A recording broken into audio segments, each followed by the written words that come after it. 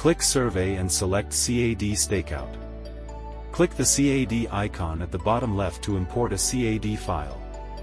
You can manually browse the storage location of the CAD file or use auto search. Select the CAD file and open it. After loading, zoom to a suitable viewing size.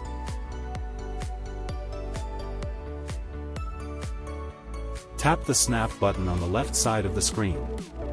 A snapping cursor will appear for point selection. Drag the cursor with your finger and use the arrow to select the staking point. Follow the directional guidance to complete the staking. Use your finger to select the line to be staked directly on the screen. The selected line will be highlighted in red. Tap Stakeout. You will enter the Stakeout settings interface. You can customize the start station and positive/negative offset. Here we use 0 shenage and +2 offset as an example.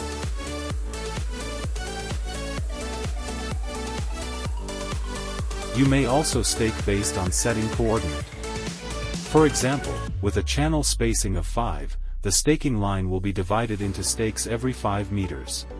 When Stake Nearest is enabled, the system will automatically select the nearest stake as the staking point.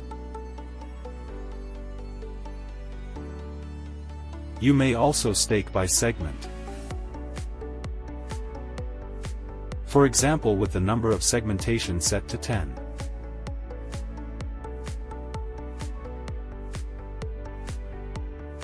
Or stake out by node.